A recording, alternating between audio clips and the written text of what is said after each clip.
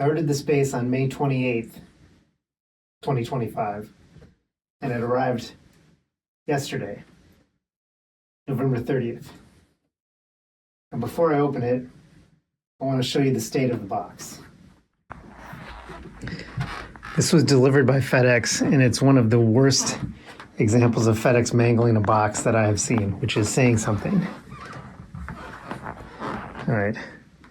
That side doesn't look too bad, except for this. Over here, oh, we'll get to that when I flip it around. There's a tear here. It's all smashed in there. All right, let's look at the other side. I honestly do not know how this could possibly have happened. It's cut clean across three of the four sides and has been retaped. I really enjoy the mangled handle with care, fragile, do not drop. I think it said do not drop. Let's see, there's another one over here. Yeah, do not drop, thank you. Oh, so much for that. We also have this tear across here. I will say that, oh, my boom's falling.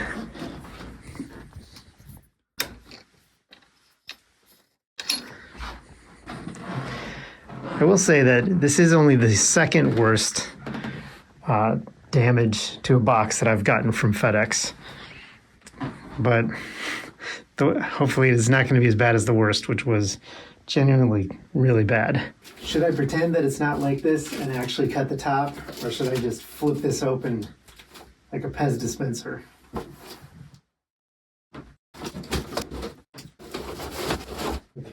Now the one saving grace is that I knew that this base came with a gig bag. So I figured it would be pretty well protected even if FedEx destroyed the box. It's a little disappointing that the gig bag is the only protection inside. I mean, there's no surprise here because I have to say in the title of the video and the thumbnail what you're going to be seeing. But if you somehow manage to get to this point without seeing either of those things, I guess there's a chance that there's a surprise waiting inside this gig bag. So obviously Sterling, my music man, silica gel, Allen keys. Oh, there's actually, I don't know what that's for, but I'll find out. It's straight and it's round. Of course, those of you who know what it is will think I'm an idiot, I'm sure. Okay, here we go.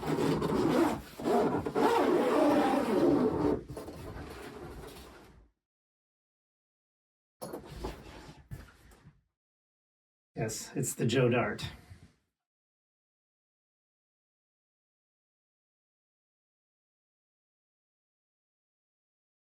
Some people choose to get it in black. I don't understand that. I mean, if you're going to get something that is so obviously weird like this, and it's an artist instrument, why wouldn't you get the one that's exactly like what the artist plays? Okay, let's check it out. The first thing I noticed, of course, I need some better light on this. There is a ding at the end of the headstock. I'm going to blame that on FedEx's mishandling of the package, although maybe the top of this gig bag really doesn't provide that much protection. And of course, it's possible that someone just ripped open the box and did that to spite me.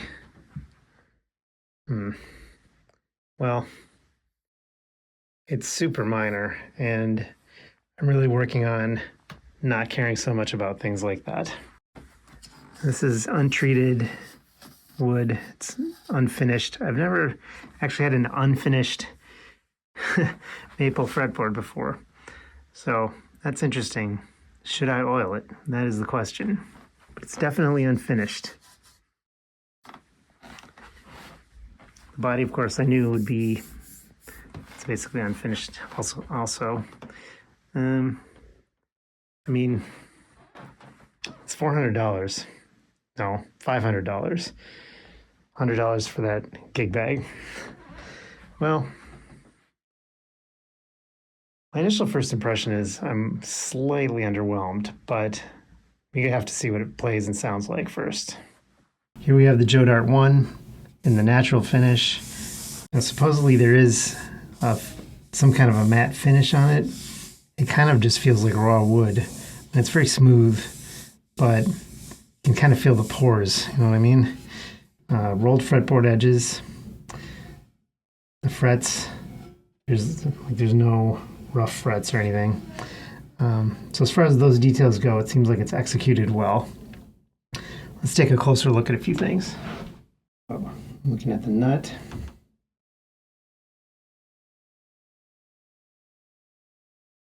Seems to be cut well. Flush against the edges. Yeah. Fretwork is really nice. I mean, the comparison I have to make is to the Sadowski, and this is really much nicer than that. I also like the fact that it's got, yes, earlier, where is it? When I knew I was being a dum-dum, talking about the pin.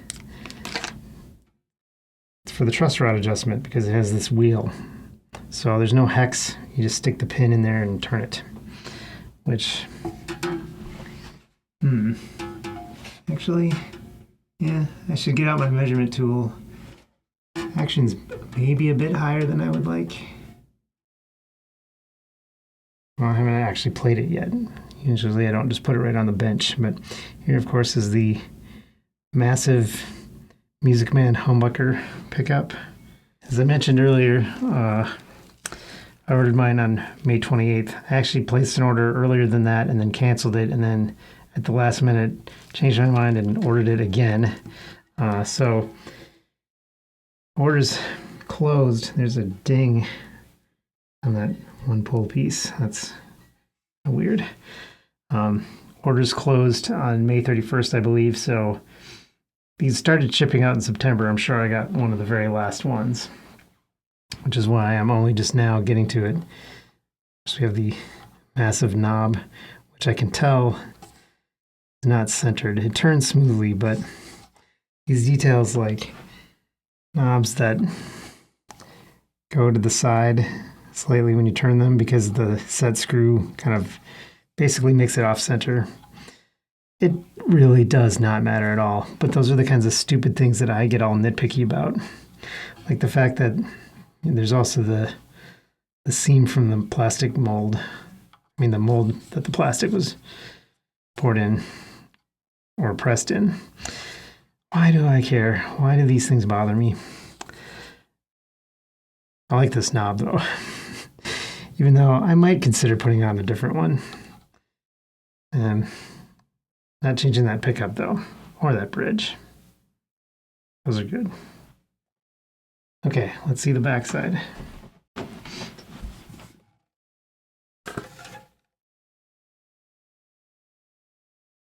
So, as you can see, made in Indonesia, 2025 crop. They have a limited run of these every year. I guess it's going to be a routine thing now. And each year has the crop stamped on it. Rolling neck plate, 5-screw neck plate, because we do have this nice curved heel. Just gonna get this film off. All right, should we see what's inside? Of course we should.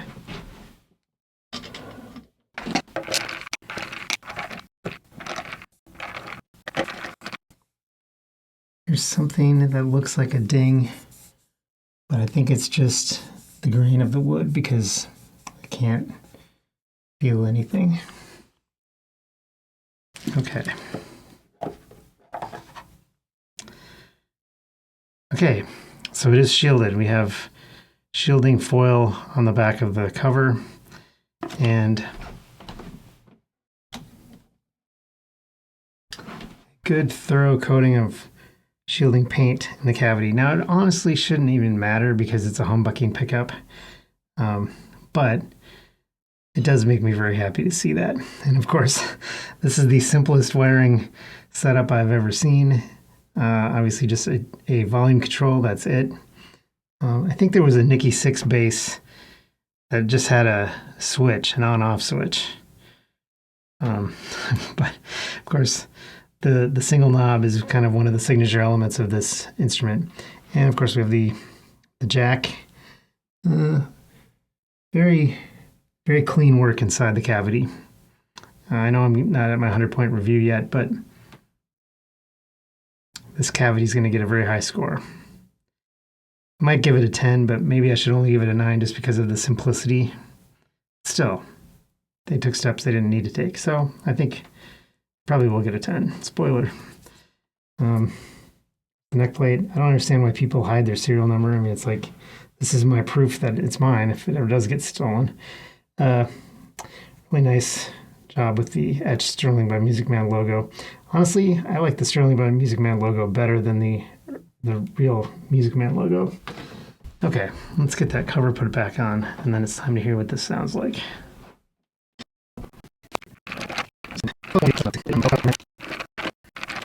Well, I seem to be having some trouble today. I guess I'm too excited.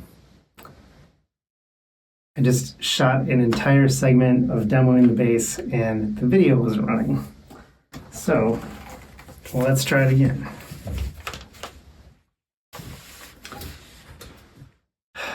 I'm really disappointed too because I wanted to impress you with my tuning the A by ear. But anyway, so we're in tune. My initial reaction when I took it out of the box was that I was slightly underwhelmed. But the more I've worked with it and played with it some now, I really am impressed. The back of the neck feels really nice, actually. I'm not sure if it has a slight, very thin amount of satin poly on it or if it's oiled or what, but it is nice and smooth. The fretboard is unfinished, or it's even more lightly finished than the back of the neck. Which is a little unusual with maple, but I'm coming around to it already. The fretwork is probably the best I've seen, honestly, especially on an instrument in this price range. It's flawless, really nice, feels great to hold and play. Flat wound strings, of course, Ernie Ball flat wounds, which are excellent. These are the strings I would have put on it, so I don't have to change the strings. Kind of a medium-high action. I'd maybe like to lower it slightly, but biggest thing,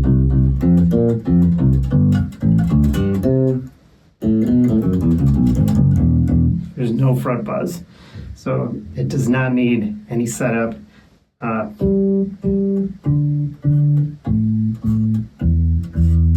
Just going by ear, the intonation seems like it's locked in. So this clearly had a good setup.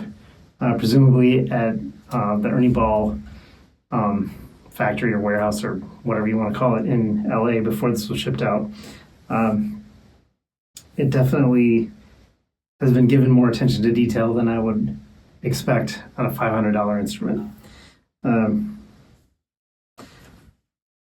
Playing it through the with my hand over the pickup, because the volume's all the way up. There's no tone. It's really all just about your hands and where you place your hands and what your technique is like. So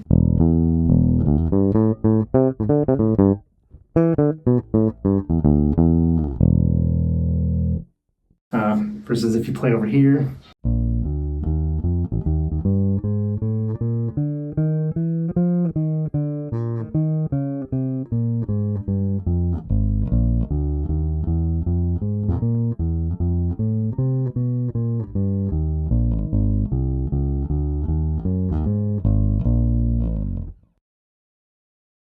So it is surprisingly versatile, even though it only has the one pickup. I'm going to be taking this to a rehearsal tomorrow, and we'll see how it goes. Stay tuned for the full 100-point review.